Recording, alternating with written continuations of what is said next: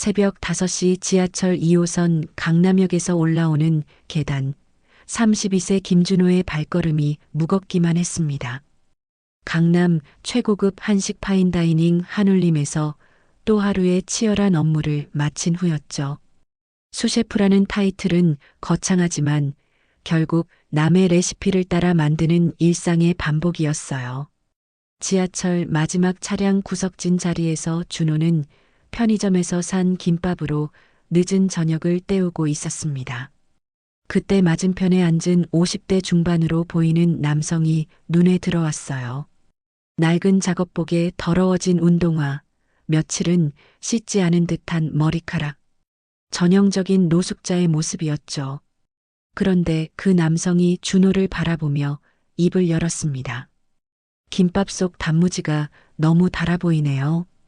원래 단무지는 단맛보다 아삭한 식감이 생명인데. 준호는 깜짝 놀랐어요. 노숙자가 음식에 대해 이렇게 정확한 지적을 할 거라고는 생각지 못했거든요. 그리고 김말이도 너무 꽉 말았어요. 밥알이 눌려서 식감이 떨어질 거예요. 김밥은 살짝 느슨하게 말아야 밥의 탄성이 살아나죠. 남성의 말은 계속됐습니다. 준호가 먹고 있는 김밥의 모든 문제점들을 정확히 짚어내고 있었어요. 심지어 재료의 배합비까지 추측해내는 모습에 준호는 말문이 막혔습니다. 혹시 요리 일을 해보셨나요? 20년 전엔 그랬죠. 지금은 이 모양이지만. 남성의 눈에 잠깐 그리운 빛이 스쳤어요. 하지만 곧 현실로 돌아온 듯 쓸쓸하게 웃었습니다. 요리는 정직해야 해요. 재료도 만드는 사람도 먹는 사람도. 하지만 세상엔 정직하지 못한 요리가 너무 많아요. 전동차가 을지로 입구역에 도착했을 때 남성이 일어났습니다. 내리면서 준호에게 마지막으로 한마디 했어요. 젊은 요리사님, 남의 레시피만 따라하지 말고 자신만의 맛을 찾으세요. 진짜 요리는 그때부터 시작되거든요. 문이 닫히고 전동차가 떠나간 후에도 준호는 그 말이 머릿속에서 맴돌았어요. 어떻게 자신이 요리사인 걸 알았을까요? 그리고 왜 그 말들이 이렇게 마음에 와닿는 걸까요?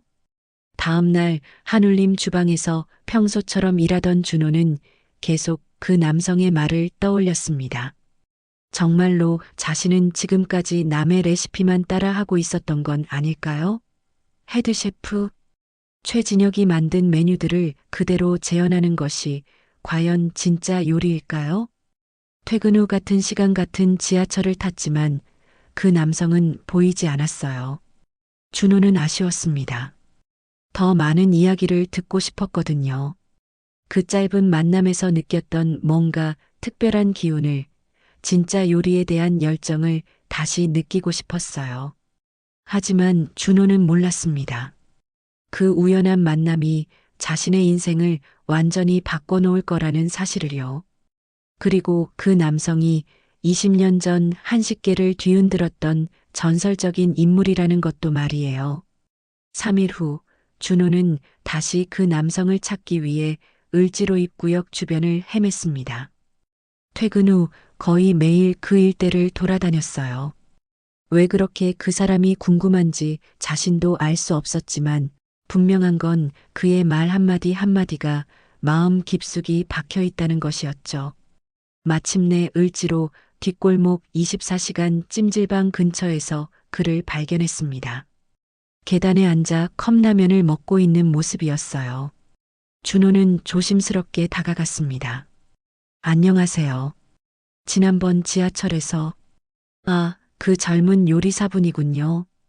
여기까지 왜 오셨어요? 남성은 놀라면서도 반가워하는 표정이었어요. 준호는 편의점에서 산 도시락과 따뜻한 커피를 건네며 옆에 앉았습니다. 그때 하신 말씀이 계속 생각나서요. 진짜 요리에 대해서 더 듣고 싶었어요. 남성은 쓸쓸하게 웃으며 커피를 받았어요. 진짜 요리요. 제가 그런 걸 말할 자격이 있나 모르겠네요. 지금 이 꼴인데 자격이 없다니요. 저는 요리 일을 10년 넘게 했지만 그날 몇 마디 말씀만으로도 제가 미처 생각하지 못했던 부분들을 깨달았어요. 남성의 눈에 잠깐 과거의 자신감이 돌아왔어요. 그리고 천천히 입을 열기 시작했습니다. 제 이름은 박철민입니다. 20년 전에는 좀 알려진 요리사였어요. 박철민? 그 이름이 어디서 들어본 것 같았지만 준호는 정확히 기억나지 않았어요. 박철민이 계속 말했습니다. 그때 저는 한식의 세계화를 꿈꿨어요. 전통 한식에 현대적 감각을 더한 퓨전 요리로 세계인들의 입맛을 사로잡고 싶었죠. 코리안 퓨전이라는 브랜드로 시작했어요. 준호의 눈이 커졌습니다. 코리안 퓨전이라면 10년 전만 해도 한식업계에서 전설처럼 회자되던 이름이었거든요. 혹시 그 유명한 코리안 퓨전이? 그래요. 그게 제가 만든 거였어요. 불고기 타르타르, 김치 파스타, 된장 리소토. 지금은 흔한 퓨전 요리들이지만 당시엔 정말 혁신적이었죠. 박철민의 얼굴에 잠깐 자부심이 스쳤어요. 하지만 곧 어두워졌습니다. 하지만 모든 걸 잃었어요. 함께 시작했던 동업자들이 제 모든 것을 가져갔거든요. 무슨 일이 있었던 건가요? 박철민은 한참을 망설이더니 무거운 입을 열었어요. 이성수, 정민우, 강태준. 이 세 사람과 함께 코리안 퓨전을 만들었어요. 저는 레시피와 요리 철학을, 그들은 자본과 경영을 맡았죠. 처음엔 정말 좋은 파트너들이었어요. 그런데 성공하기 시작하자 욕심이 생겼나 봐요. 제가 만든 모든 레시피를 빼앗고 거짓 횡령 혐의까지 씌워서 저를 내쫓았어요. 법정 싸움에서도 졌고 업계에서도 매장당했죠. 준호는 충격받았어요. 그런 일이 정말 있었다니. 지금 그분들은 어떻게 되셨나요? 박철민이 쓴웃음을 지었습니다. 잘 살고 있죠. 제 레시피로 각자 레스토랑 체인을 만들어서 대성공했어요. 서울 키친, 모던 한상, 퓨전궁. 다들 아시죠? 준호는 입이 딱 벌어졌어요. 그 유명한 레스토랑들의 창업자들이 박철민의 동업자들이었다니. 그리고 그들이 박철민을 배신했다니. 20년 동안 이렇게 살아왔어요. 가끔 그들이 제 요리를 하는 걸 보면 정말 견디기 힘들어요. 박철민의 목소리가 떨렸어요. 20년간 쌓인 분노와 절망이 터져나오고 있었습니다. 준호는 그의 어깨에 손을 얹었어요. 이제라도 진실을 밝혀야 해요. 늦지 않았어요. 박철민이 고개를 저었습니다. 누가 믿어주겠어요? 이런 꼴의 노숙자 말을. 하지만 준호의 마음속에는 이미 결심이 서고 있었습니다. 이 부당한 일을 반드시 바로잡겠다고요. 다음 날 준호는 박철민을 다시 찾아가 더 자세한 이야기를 들었습니다. 을지로 뒷골목 작은 분식집에서 두 사람은 마주 앉아 있었어요. 박철민은 20년 전 그날의 기억을 천천히 되짚어가기 시작했습니다. 2004년 봄이었어요. 코리안 퓨전이 성공 가도를 달리던 시기였죠.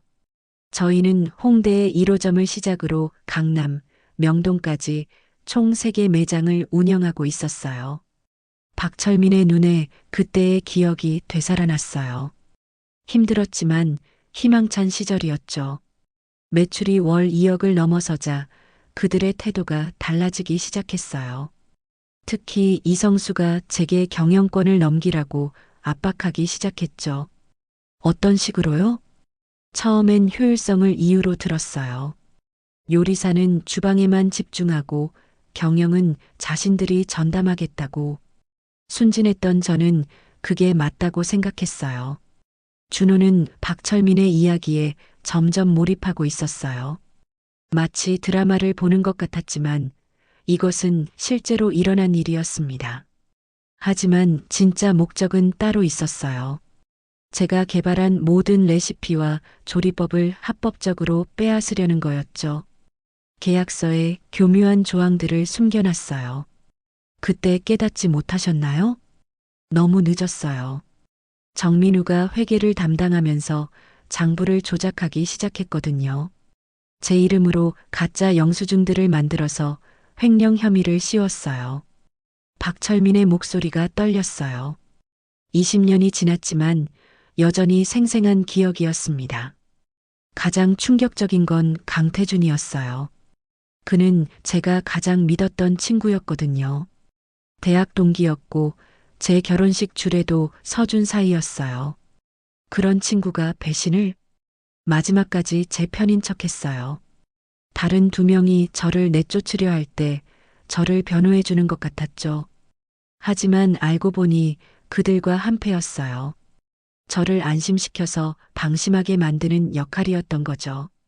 준호는 분노가 치밀었어요. 어떻게 그런 계획적인 배신을 할 수 있는 걸까요? 결정적인 날이 왔어요. 2004년 8월 15일 광복절이었죠. 아이러니하게도 제가 진짜 자유를 잃게 된 날이에요. 무슨 일이 있었나요? 임시 주주총회라고 해서 불러냈어요. 가보니 변호사들이 대기하고 있었고 제가 횡령했다는 가짜 증거들을 내밀었어요. 그리고 즉시 모든 지분을 포기하고 회사에서 나가라고 했죠. 그때 대응하지 않으셨나요? 물론 했죠.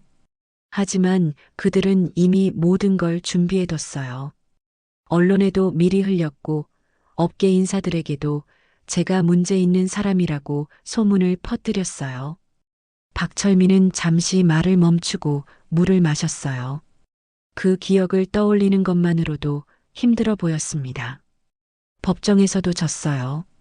그들이 조작한 증거들이 너무 정교했거든요. 결국 저는 모든 걸 잃었어요. 레스토랑도 레시피도 심지어 요리사로서의 명예도. 그 후에는 어떻게 지내셨어요? 처음엔 다른 곳에 취직하려고 했어요. 하지만 어디서도 받아주지 않았어요. 제 이름이 업계에서 금기가 되어버렸거든요. 결국 일용직을 전전하다가 이렇게 됐어요. 준호는 박철민의 이야기를 들으며 가슴이 답답했어요. 이런 부당한 일이 아직도 해결되지 않고 있다니. 그런데 가장 억울한 건 뭔지 아세요? 그들이 지금도 제 요리를 자신들이 만든 것처럼 팔고 있다는 거예요. 제가 심혈을 기울여 개발한 레시피들로 수백억을 벌면서도 원래 창작자인 저는 인정받지 못하고 있어요. 준호는 주먹을 불끈 쥐었습니다. 반드시 이 부당함을 바로잡아야 한다는 생각이 더욱 강해졌어요. 증거는 남아있나요? 박철민이 쓸쓸하게 웃었습니다. 20년 전 일인데 무슨 증거가 남아있겠어요. 그들이 모든 걸 없애버렸을 텐데. 하지만 준호는 포기하지 않았어요. 분명히 방법이 있을 거라고 믿었습니다. 준호는 박철민의 이야기를 듣고 난 후 며칠 동안 잠을 이루지 못했습니다. 그의 증언만으로는 부족했어요. 확실한 증거가 필요했죠. 그래서 직접 조사에 나섰습니다. 먼저 인터넷으로 서울 키친, 모던 한상, 퓨전궁의 역사를 찾아봤어요. 놀랍게도 세 레스토랑 모두 2004년 말에서 2005년 초 사이에 개업한 것으로 나타났습니다. 박철민이 코리간 퓨전에서 쫓겨난 직후였죠. 더욱 놀라운 것은 각 레스토랑의 시그니처 메뉴들이었어요. 서울 키친의 갈비찜 리소토, 모던 한상의 김치 까르보나라, 퓨전궁의 불고기 타르타르. 모두 박철민이 언급했던 코리간 퓨전의 대표 메뉴들과 이름만 살짝 다를 뿐 본질적으로 똑같았습니다. 주말을 이용해 준호는 직접 새 레스토랑을 방문해 봤어요. 먼저 강남에 있는 서울 키친 본점에 갔습니다. 깔끔하고 모던한 인테리어의 고급 레스토랑이었죠.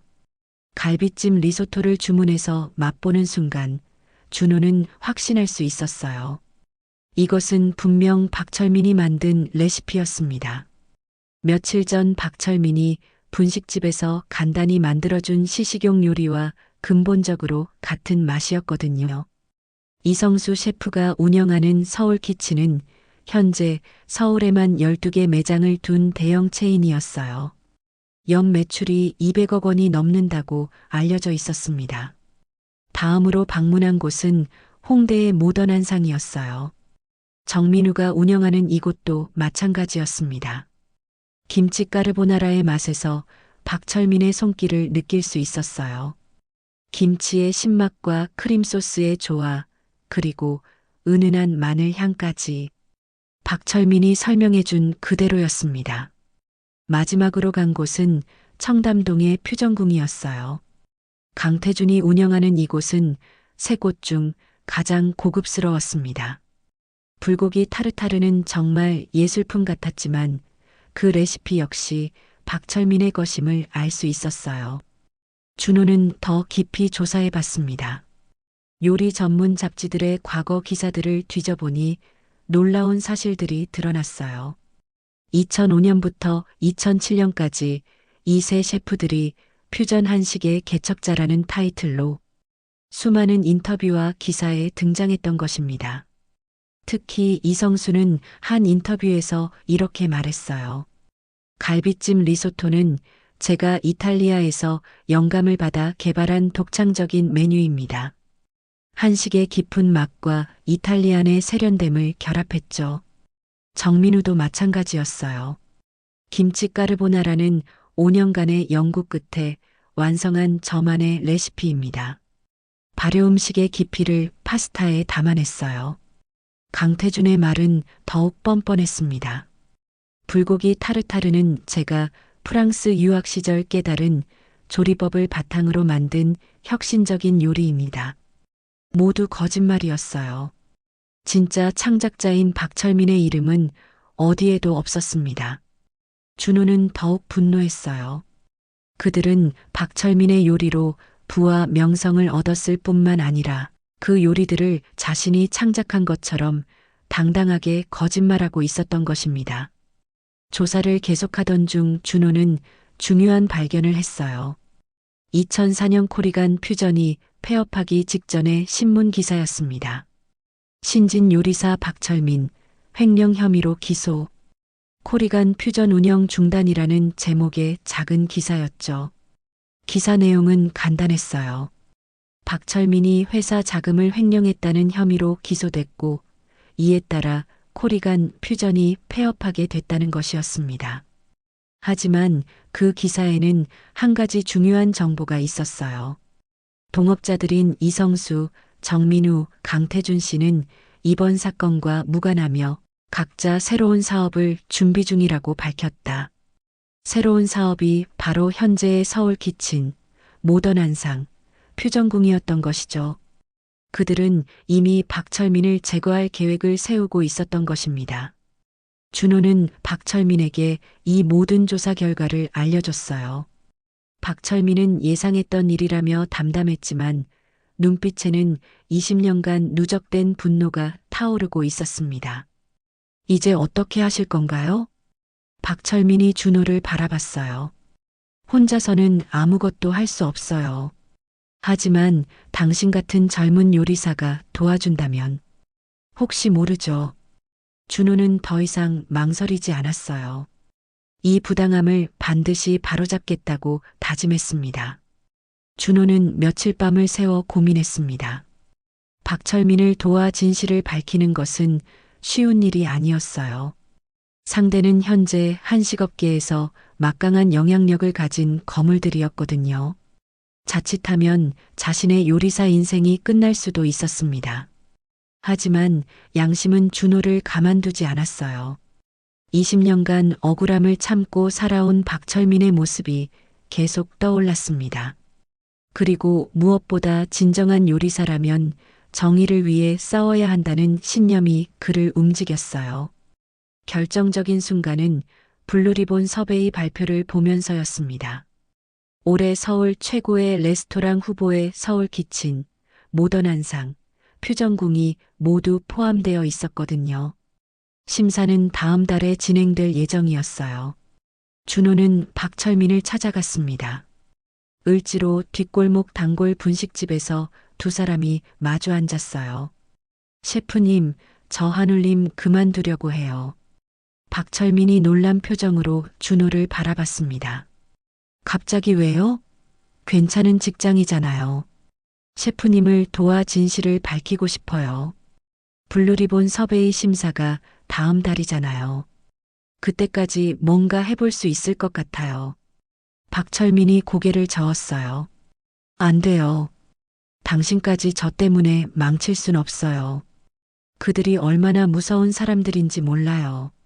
하지만 준호의 의지는 확고했어요. 이미 결심했어요. 혼자 할 수 있는 건 아니지만 셰프님과 함께라면 가능할 것 같아요. 그날 밤 준호는 한울림 헤드셰프 최진혁에게 사직서를 제출했습니다. 최진혁은 당황했어요. 준호야, 갑자기 왜 이래? 무슨 일이라도 있었어? 개인적인 사정이 있어서요. 죄송합니다. 최진혁은 준호를 붙잡으려 했지만 소용없었어요. 준호의 결심은 이미 굳어져 있었거든요. 다음 날부터 준호는 박철민과 함께 본격적인 준비에 들어갔습니다. 먼저 박철민이 20년 전 개발했던 원본 레시피들을 복원하는 작업부터 시작했어요. 을지로 뒷골목에 있는 작은 원룸에서 두 사람은 밤늦게까지 요리 연구에 매달렸습니다. 박철민의 기억 속에 있는 레시피들을 하나씩 재현해 가면서 현재 새 레스토랑에서 파는 요리들과의 차이점을 분석했어요. 놀라운 것은 박철민의 원본이 훨씬 완성도가 높다는 것이었습니다. 새 배신자들이 상업적 효율성을 위해 레시피를 간소화하면서 맛의 깊이가 많이 사라져 있었어요. 하지만 문제가 생겼습니다. 준호가 한울림을 그만뒀다는 소식이 업계에 퍼지자 이상한 소문들이 돌기 시작한 것이었어요. 준호가 정신적 문제가 있어서 그만뒀다는 악성 루머였죠. 더 심각한 건 다른 레스토랑에서도 준호를 기피하기 시작했다는 것이었어요. 어디에 지원서를 내도 번번이 탈락했습니다. 분명히 뒤에서 누군가가 방해하고 있었어요. 준호는 박철민에게 이 상황을 털어놓았습니다. 벌써 시작됐네요. 그들의 방해가. 박철민이 걱정스러운 표정으로 말했어요. 아직 늦지 않았어요. 지금이라도 그들에게 사과하면. 안 돼요. 이미 시작한 일이에요. 끝까지 해보겠어요. 그때 뜻밖의 도움이 왔습니다. 한울림에서 함께 일했던 후배 요리사들이 찾아온 것이었어요. 그들은 준호를 존경했고 그가 왜 갑자기 그만뒀는지 궁금해했습니다. 준호는 이들에게 박철민의 이야기를 털어놓았어요. 처음에는 믿기 어려워하던 후배들도 점점 진실을 받아들이기 시작했습니다. 형, 저희가 도와드릴게요. 고마워. 하지만 너희까지 위험해질 수 있어. 괜찮아요. 정의로운 일이잖아요. 이렇게 해서 작은 팀이 만들어졌습니다. 준호와 박철민, 그리고 3명의 젊은 요리사들. 이들은 블루리본 섭외의 심사 당일까지 한 달이라는 시간 동안 완벽한 계획을 세우기로 했어요. 하지만 상대방도 만만치 않았습니다. 이성수, 정민우, 강태준은 업계에서 20년간 쌓아온 인맥과 권력을 모두 동원해 준호 일행을 압박하기 시작했어요. 먼저 임대료 압박이 왔습니다.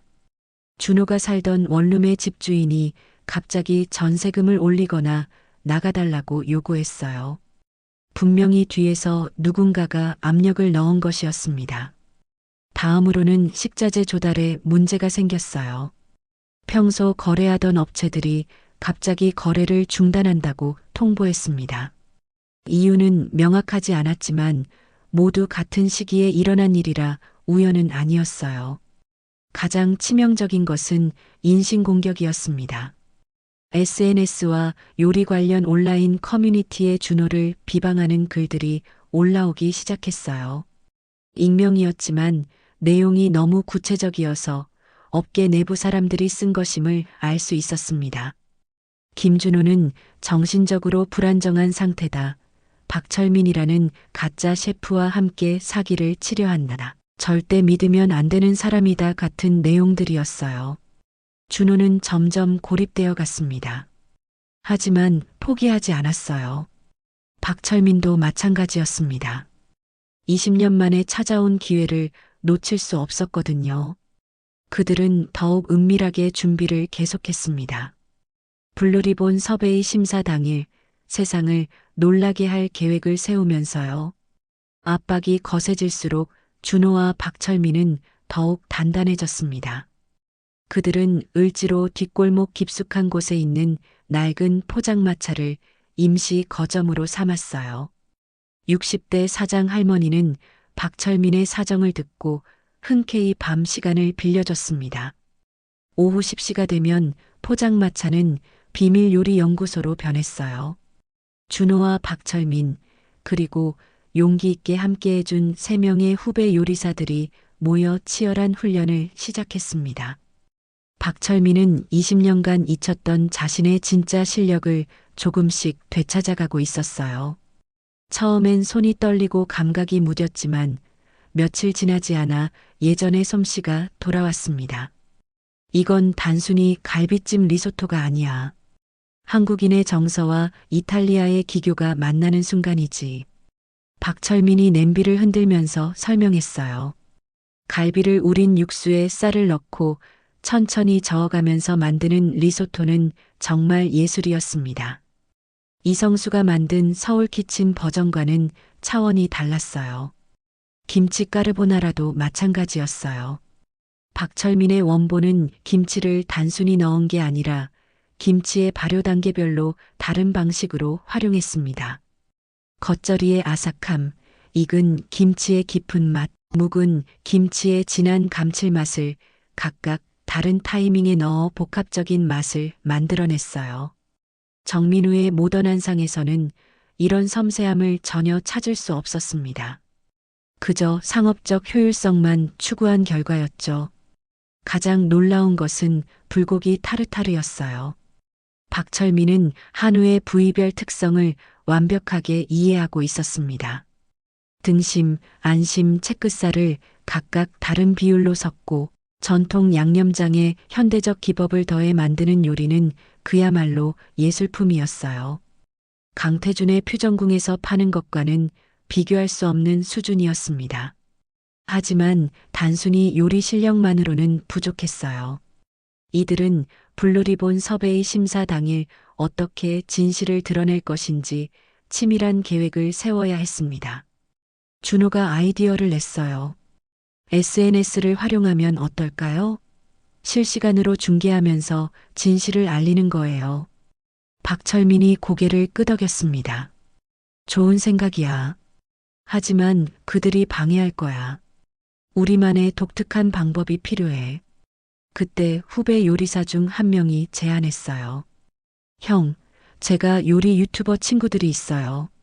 그 사람들한테 부탁하면 도와줄 것 같은데요. 이렇게 해서 젊은 요리사들과 유튜버들의 네트워크가 형성되기 시작했습니다. 이들은 모두 기성 요리업계의 문제점을 느끼고 있던 사람들이었어요.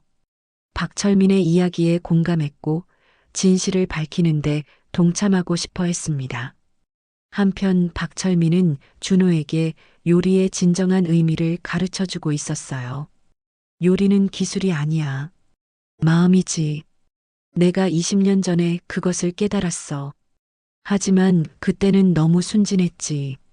세상이 얼마나 냉혹한지 몰랐어. 그럼 지금은 어떻게 생각하세요? 지금은 알아. 마음만으로는 부족하다는 것을, 때로는 싸워야 한다는 것을. 박철민의 눈에 20년간 사라져 있던 투지가 되살아났어요. 그는 더 이상 패배주의적인 노숙자가 아니었습니다. 진정한 요리사로 돌아가고 있었어요. 훈련은 계속됐습니다. 매일 밤 포장마차에서 이들은 완벽한 요리를 만들기 위해 노력했어요. 그리고 점점 더 많은 젊은 요리사들이 합류했습니다. 소문은 조용히 퍼져갔어요. 진짜 전설이 돌아왔다는 소문이. 하지만 아직 세상은 몰랐습니다. 진짜 쇼는 블루리본 섭외의 심사 당일에 벌어질 예정이었거든요. 박철민은 준호에게 말했습니다. 준호야, 고마워. 너 때문에 다시 살 이유를 찾았어.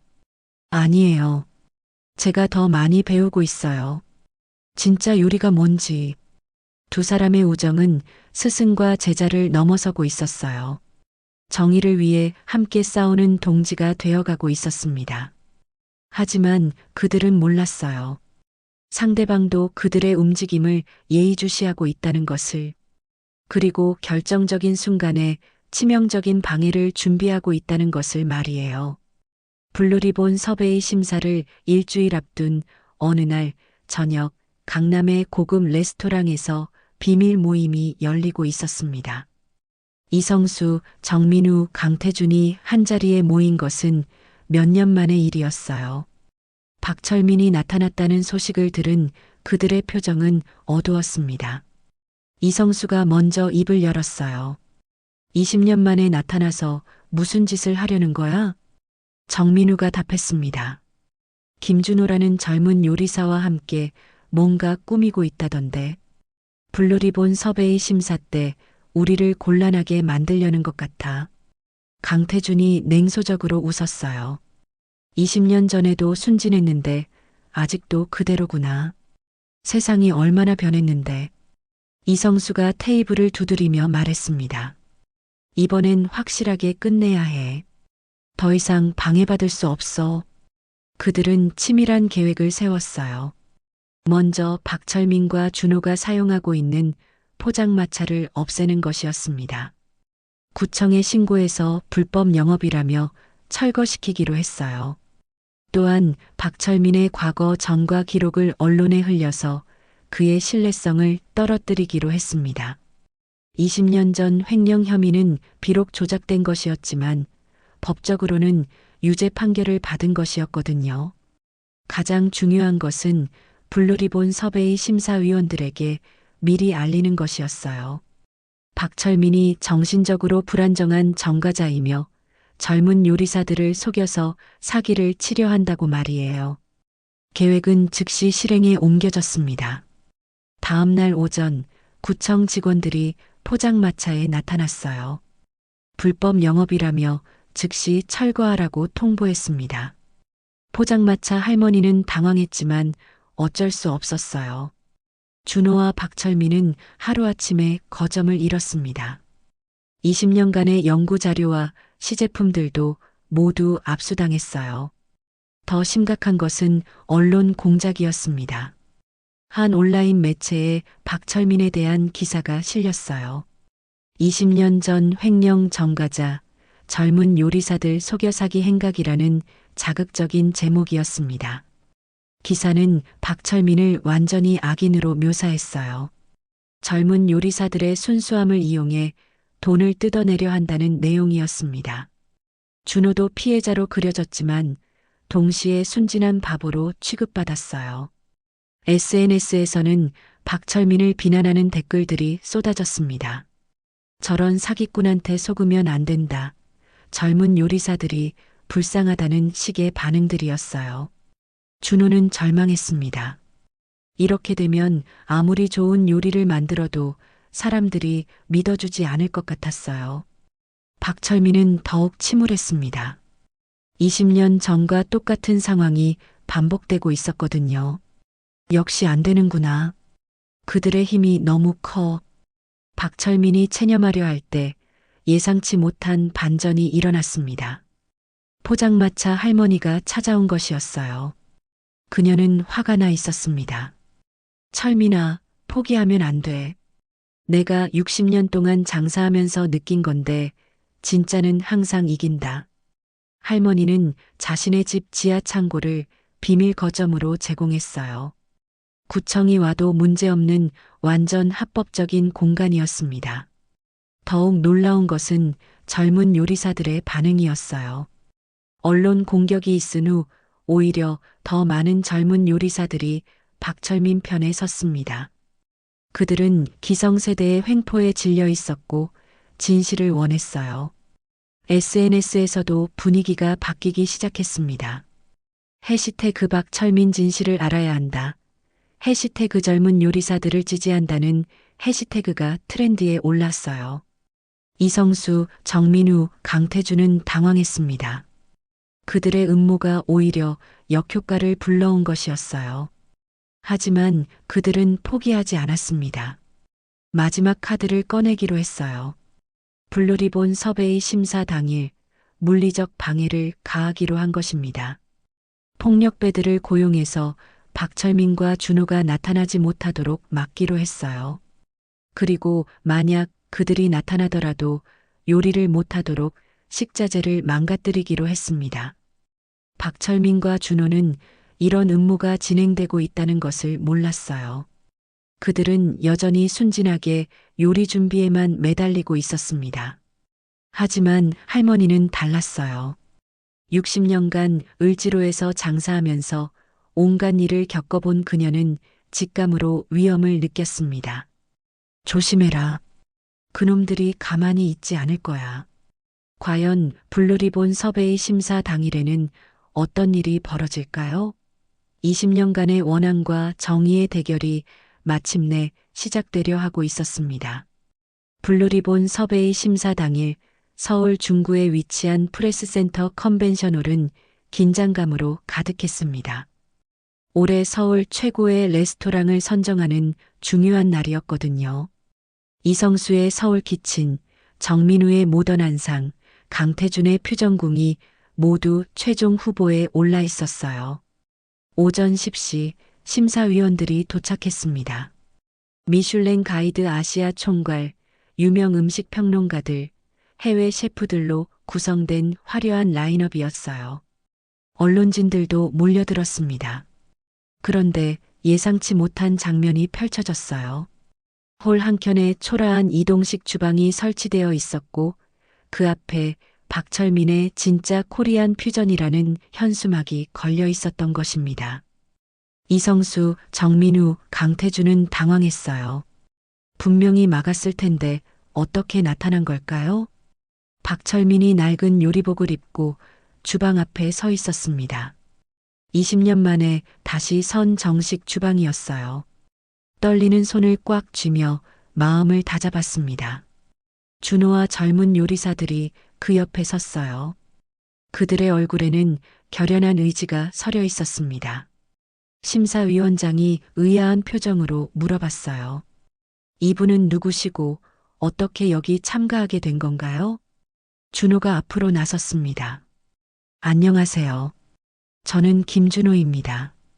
오늘 여러분께 20년간 묻혀있던 진실을 보여드리고 싶어서 왔어요. 준호는 박철민의 이야기를 간략하게 설명했어요. 코리안 퓨전의 진짜 창시자라는 것, 20년 전 동업자들에게 배신당해 모든 것을 잃었다는 것, 그리고 지금 유명한 레스토랑들이 그의 레시피를 도용하고 있다는 것을요.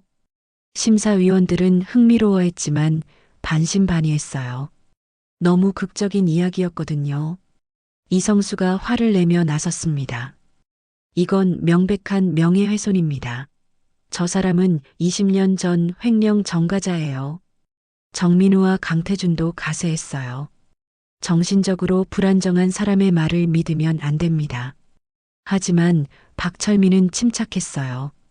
20년간 준비해온 순간이었습니다. 말로는 부족하겠죠. 직접 보여드리겠습니다. 박철민이 주방에 들어서자 분위기가 바뀌었어요. 그의 손놀림에서 범상치 않은 기운이 흘러나왔습니다. 첫 번째 요리는 갈비찜 리소토였어요. 갈비를 직접 우린 육수를 사용해 20년 전 자신이 개발한 그 방법 그대로 만들었습니다.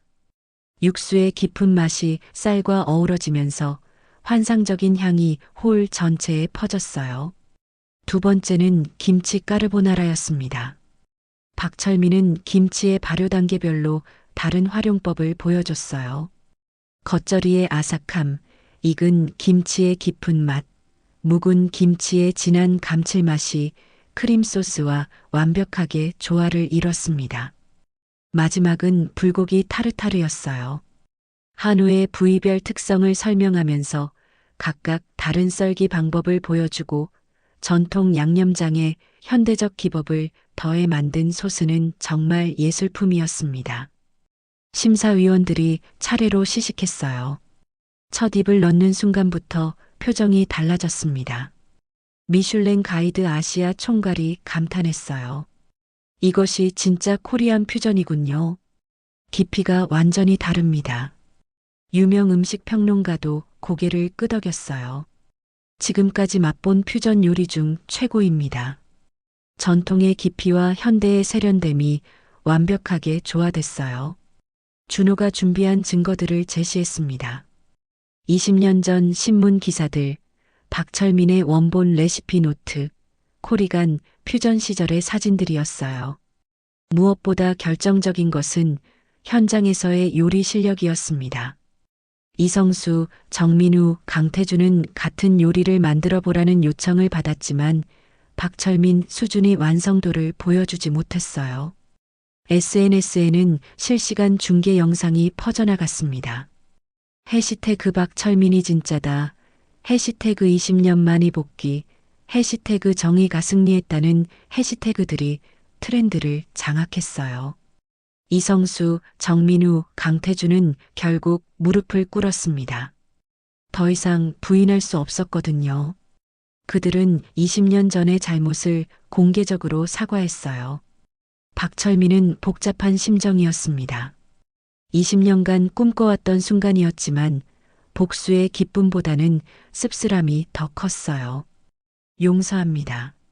하지만 이제부터는 정직하게 사세요. 블루리본 섭외인은 박철민에게 특별상을 수여했습니다. 한식 퓨전의 아버지, 20년 만에 귀환이라는 타이틀과 함께였어요. 시상식에서 박철민이 말했습니다. 20년 전 저는 순진했습니다. 좋은 요리만 하면 세상이 알아줄 거라고 생각했어요. 하지만 때로는 싸워야 합니다. 정의를 위해서요. 3개월 후 을지로 뒷골목에 철민의 부엌이라는 작은 레스토랑이 문을 열었습니다. 겨우 20석 규모였지만 예약이 3개월치가 다 찬 상태였어요. 준호는 박철민의 수제자가 되어 그 옆에서 진짜 요리를 배우고 있었습니다.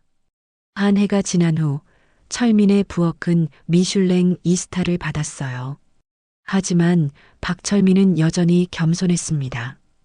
별이 중요한 게 아니에요. 진심이 담긴 요리, 그것이 가장 중요해요. 어느 날 저녁 마감 후 조용한 주방에서 박철민과 준호가 차를 마시고 있었어요. 스승님, 후회하지 않으세요? 큰 레스토랑 체인을 만들 수도 있었는데. 박철민이 미소 지었습니다. 아니야. 이게 진짜야. 20년 전에도 이렇게 했어야 했는데. 20년간 숨겨져 있던 진실이 마침내 세상의 빛을 보았고 진정한 요리사가 자신의 자리를 되찾았습니다. 그리고 그 곁에는 정의를 위해 모든 것을 걸었던 젊은 요리사가 있었어요. 박철민은 복잡한 심정이었어요. 20년간 꿈꿔왔던 순간이었지만 복수의 기쁨보다는 씁쓸함이 더 컸습니다. 용서합니다. 하지만 이제부터는 정직하게 사세요. 박철민의 관대함에 세 사람은 더욱 부끄러워했어요.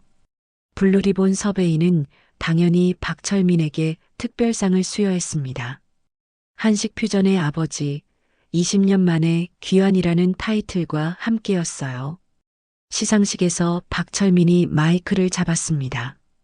20년 전 저는 순진했습니다. 좋은 요리만 하면 세상이 알아줄 거라고 생각했어요.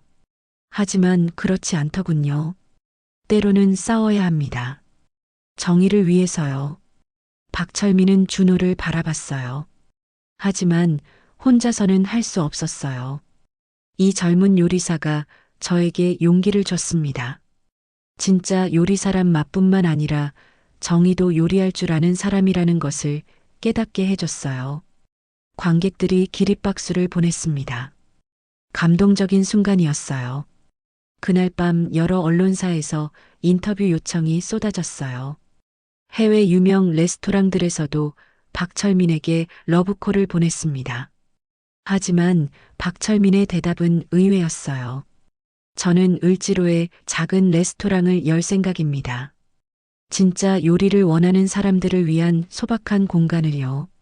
3개월 후 을지로 뒷골목에 철민의 부엌이라는 작은 레스토랑이 문을 열었습니다. 겨우 20석 규모의 소박한 공간이었지만 예약이 3개월치가 다 찬 상태였어요. 준호는 박철민의 수제자가 되어 그 옆에서 진짜 요리를 배우고 있었습니다. 함께했던 젊은 요리사들도 하나씩 합류했어요. 이성수, 정민우, 강태준은 각자의 레스토랑 체인을 정리했습니다. 그리고 박철민에게 정식으로 사과하며 요리계에서 은퇴했어요. 일부는 박철민의 레스토랑에서 설거지부터 다시 시작하며 속죄의 시간을 보냈습니다. 한 해가 지난 후 박철민의 철민의 부엌은 미슐랭 2스타를 받았어요. 하지만 박철민은 여전히 겸손했습니다. 별이 중요한 게 아니에요. 진심이 담긴 요리, 그것이 가장 중요해요. 어느 날 저녁 박철민과 준호가 마감 후 조용한 주방에서 차를 마시고 있었어요. 스승님, 후회하지 않으세요? 큰 레스토랑 체인을 만들 수도 있었는데. 박철민이 미소 지었습니다. 아니야. 이게 진짜야. 20년 전에도 이렇게 했어야 했는데. 욕심이 문제였지. 준호도 고개를 끄덕였어요. 그는 이제 진짜 요리가 무엇인지 알 수 있을 것 같았습니다. 그리고 여전히 을지로 포장마차 할머니는 가끔 들러서 박철민의 요리를 맛보곤 했어요. 60년 장사 경험으로 단번에 알아본 진짜 맛을 즐기면서요. 20년간 숨겨져 있던 진실이 마침내 세상의 빛을 보았고 진정한 요리사가 자신의 자리를 되찾았습니다. 그리고 그 곁에는 정의를 위해 모든 것을 걸었던 젊은 요리사가 있었어요. 지금까지 돌아온 요리사의 이야기를 들려드렸습니다. 20년간 묻혀있던 한 요리사의 진실을 찾아가는 여정이었지만 동시에 정의와 용기에 대한 이야기이기도 했어요. 때로는 세상이 불공평할 수 있지만 진실은 결국 드러나게 되어 있습니다. 그리고 그 진실을 밝히는 것은 용기 있는 사람들의 몫이에요. 박철민과 준호처럼 말이죠. 여러분도 일상에서 부당함을 목격하신다면 용기를 내어보세요. 작은 목소리라도 모이면 큰 변화를 만들 수 있으니까요. 오늘 이야기가 마음에 드셨다면 구독과 좋아요, 그리고 댓글로 여러분의 생각을 들려주세요. 여러분의 관심과 응원이 더 좋은 이야기를 만드는 원동력이 됩니다. 다음에도 감동적이고 의미 있는 드라마로 찾아뵙겠습니다. 감사합니다.